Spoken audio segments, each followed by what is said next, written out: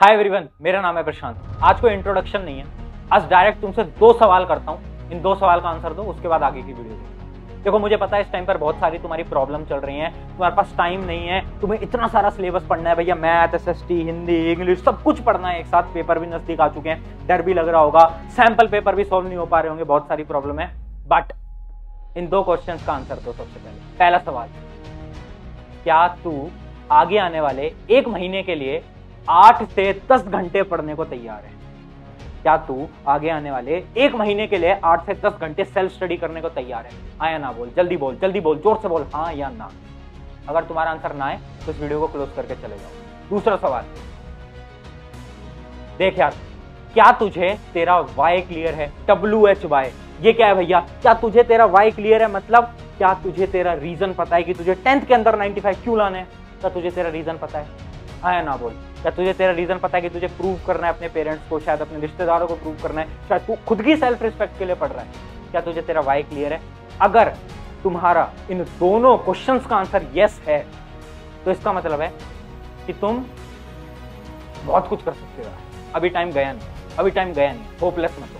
अभी तुम आराम से बोर्ड के अंदर 95 अचीव कर सकते हो। अब सुनो कैसे कर सकते हो। तो एकदम प्रैक्टिकल सोल्यूशन दूंगा। एक नोटबुक पेन लेकर आ जाओ, चीजें नोट कर लो यार, क्योंकि देखो ये एजुकेशनल वीडियो, खाना खाते टाइम देखोगे, कुछ समझ नहीं आएगा, कोई फायदा नहीं होगा। एक नोटबुक पेन लेकर आओ, चीजें नोट करते रहना। एंड मैं एक चीज बोल रहा हूँ यार, बहुत प्रैक्टिकल वीडियो है एंड ये मेरे एक्सपीरियंस है, जो कि यार मैं पिछले 1-1.5 साल से जो तुम्हारे 10वीं जैसे बच्चों को इतने टाइम से मेंटोर कर रहा हूँ ना, उसका एक्सपीरियंस आज पूरी एक वीडियो के अंदर निचोड़ कर तुम्हें दे रहा हूं। वीडियो लंबी हो सकती है बट बहुत इंफॉर्मेटिव रहेगी, ध्यान से देखना। अब देखो, मुझे पता है कि बहुत सारा सिलेबस बहुत सारे बच्चों का बचा हुआ है, रिवीजन भी नहीं हो रहा है, तो उस चीजों को कैसे इतने कम टाइम में करें? तो सिंपल से एक स्ट्रैटेजी है जो कि मैं अपने मेन चैनल पे भी बता चुका हूं, जो कि है RQR स्ट्रैटेजी। ध्यान से देखना, RQR स्ट्रैटेजी बड़ी ही शानदार स्ट्रैटेजी है। इसके अंदर क्या होता है, बहुत ध्यान से देखिएगा। देखो, तुम्हें क्या करना है, एक नोटबुक पेन लेना है और उसके अंदर अपने सब्जेक्ट्स लिख देना है।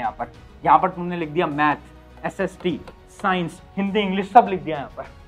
अब क्या करोगे, बहुत ध्यान से समझना, क्योंकि आज के समय की मेजर प्रॉब्लम पता है क्या है? बच्चों को यही समझ नहीं आता भैया स्टार्ट कहां से करें, पढ़े कैसे भैया, इधर से पढ़े, उधर से पढ़े, यूट्यूब से पढ़े, या फिर भैया हमने एक ऑनलाइन कोर्स परचेस कर रखा है वहां से पढ़े। और इन सब चक्करों में तुम घूमते रहते हो, 4 टीचर से एक सब्जेक्ट पढ़ रहे होते हो और टाइम खराब कर रहे होते हो। तो ध्यान से देखना, R का मतलब क्या है? रिसोर्सेज। Q का मतलब क्या है? Question practice. R का मतलब क्या है? क्या है? रिवीजन। अब देखो, बहुत सिंपल सी चीज है और बहुत इंपॉर्टेंट चीज है। हमें करना क्या है? हमें बेसिक सी चीज है कि भैया रिसोर्सेज के नीचे हमें क्या करना है?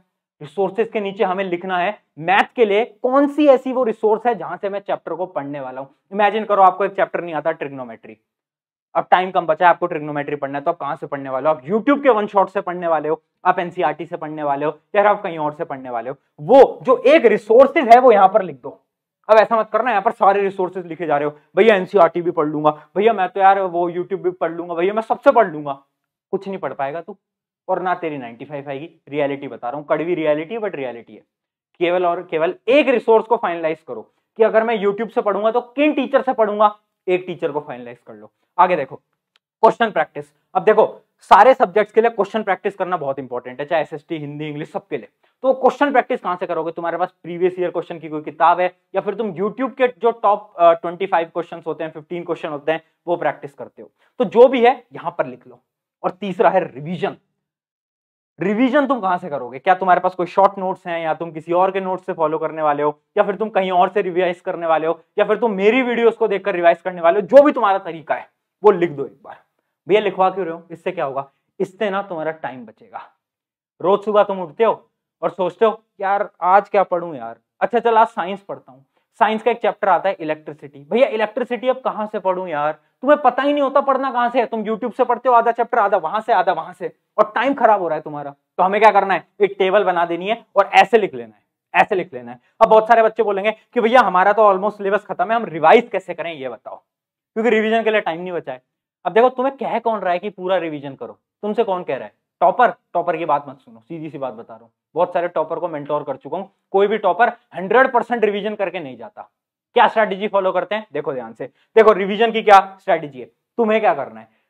तुम्हें ना, जैसे इमेजिन करो तुमने साइंस पढ़ लिया, तुमने साइंस के सारे चैप्टर पढ़ लिए या फिर 90% चैप्टर पढ़ लिए। अब तुम क्या करोगे? अब तुम साइंस के सैंपल पेपर को अटेम्प्ट करोगे। क्या करोगे? साइंस के सैंपल पेपर को अटेम्प्ट करोगे। होंगे तुम्हारे पास कोई सैंपल पेपर नहीं है तो टेलीग्राम ज्वाइन कर लेना, हमारा वहां मिल जाएगा।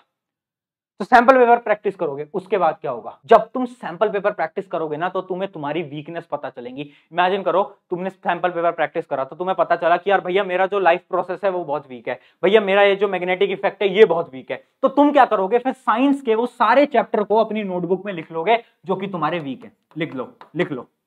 अब क्या करना है तुम्हें, अब तुम्हें सब कुछ रिवाइज नहीं करना है, तुम्हें केवल इन चैप्टर्स को रिवाइज करना है जो कि तुम्हारे वीक है। इससे क्या हुआ, टाइम बच गया, और वो जो चैप्टर्स तुम्हें आते थे उनको तुम्हें रिवीजन करने की जरूरत नहीं पड़ी। जैसे इमेजिन करो करंट इलेक्ट्रिसिटी, बहुत सारे बच्चों का बहुत अच्छा चैप्टर बन चुका है वो, जब से उन्होंने मुझसे पढ़ा या फिर किसी और टीचर से पढ़ा है। तो अब क्या है, वो रिवीजन करने की तुम्हें जरूरत ही नहीं है। तो उसका रिवीजन तुम कब करोगे, जब तुम्हारे एग्जाम में 4-5 दिन बचेंगे साइंस के एग्जाम में, जब तुम उसको रिवाइज कर लेना। बट अब रिवीजन करने की जरूरत नहीं है। अब क्या करोगे तुम, बस इन टॉपिक्स को तो समझ गए। रिवीजन करने का बेस्ट तरीका क्या है, सब कुछ नहीं पढ़ना हमें, हमें सैंपल पेपर अटेम्प्ट करना है। उसके बाद वो जो टॉपिक्स है ना, जो बचे हुए टॉपिक्स हैं जो हमें लगता है हमारे वीक है, उनको प्रैक्टिस करना है केवल और केवल। भैया ये सब तो ठीक है, बट अगली चीज ये होती है ना कि भैया हमें समझ नहीं आ रहा कि हम शुरुआत कहां से करें। सुबह उठ के सोचते हैं कि आज एसएसटी पढ़ें, आज मैथ पढ़ें, आज साइंस पढ़ें, तो कुछ टाइम टेबल दे दो।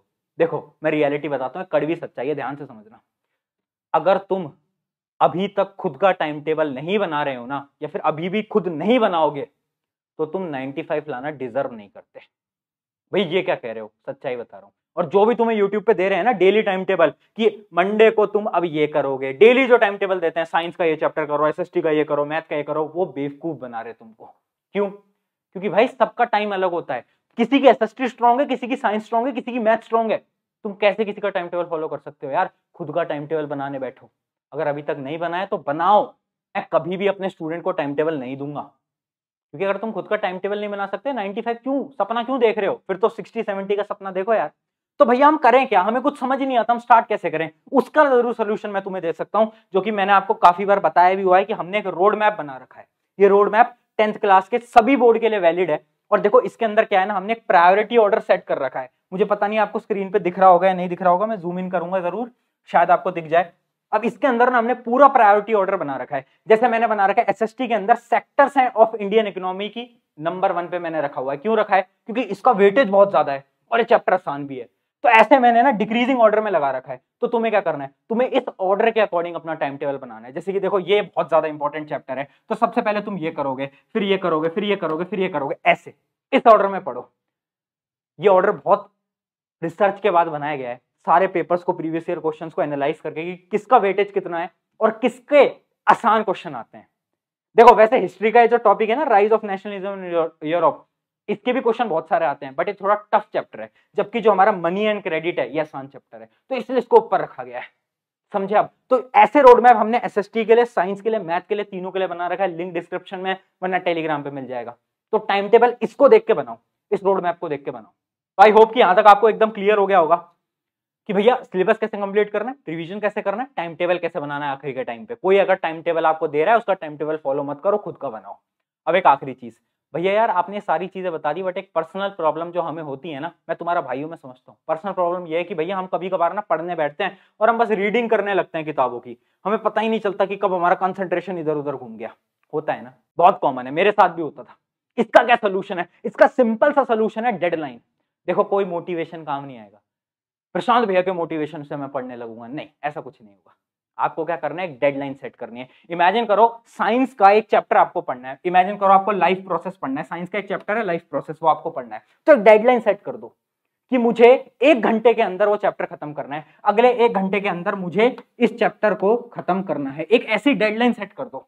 उससे क्या होगा, उससे आपके दिमाग में एक प्रेशर बना रहेगा कि यार जल्दी कर, जल्दी कर, जल्दी कर, और उस वजह से तुम कंसंट्रेटेड रहोगे। अगर तुमने डेडलाइन नहीं दी ना, तो तुम्हारा दिमाग कहेगा कि यार थोड़ा सा फोन चला लेते हैं, थोड़ा सा लैपटॉप चला लेते हैं, थोड़ा सा गेम खेल लेते हैं। तो उस दिमाग को कंट्रोल में लाने के लिए एक डेडलाइन दो।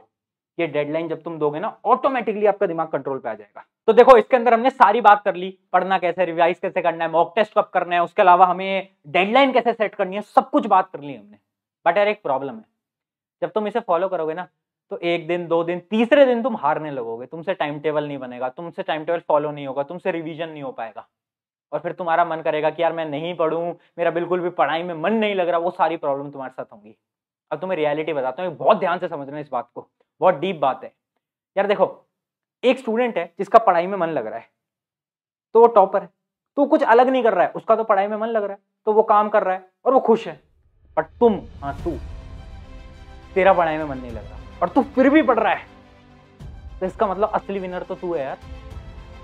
मतलब उसका तो पढ़ाई में मन लग रहा है इसलिए वो टॉपर है, बट तू असली में विनर है क्योंकि तेरा मन नहीं लग रहा, बट फिर भी तू एफर्ट लगा रहा है, फिर भी तू मेहनत कर रहा है, फिर भी तू 10-10 घंटे पढ़ रहा है, फिर भी तू फोन को छोड़ रहा है, फिर भी तू लैपटॉप को छोड़ रहा है। क्यों? पढ़ाई के लिए। असली विनर तो तू है यार, असली टॉपर तो तू है यार। तो याद रखना यार, आज के तुम्हारे एफर्ट्स मैटर करेंगे, रिजल्ट नहीं। अपना बेस्ट लगा दो, पूरी जी जान लगा दो यार, रिजल्ट कुछ भी फर्क नहीं पड़ता, अपना बेस्ट लगा दो, अपने जितने एफर्ट्स हैं ना अंदर से निकाल के। क्योंकि यार अगर तुमने आज मेहनत करना सीख लिया ना, कल जब तुम 11th-12th के अंदर जाकर बड़े बड़े एग्जाम्स की प्रिपरेशन करोगे, IIT JEE नीट जैसे, तो ये जो एफर्ट्स हैं, ये जो हार्ड वर्क है, ये वहां पर बहुत काम होगा। अभी से आदत में डाल लो। और अगर तुमसे पढ़ाई में मन नहीं लगता, टेंशन की बात नहीं है, एफर्ट्स लगाओ, हार्ड वर्क करो।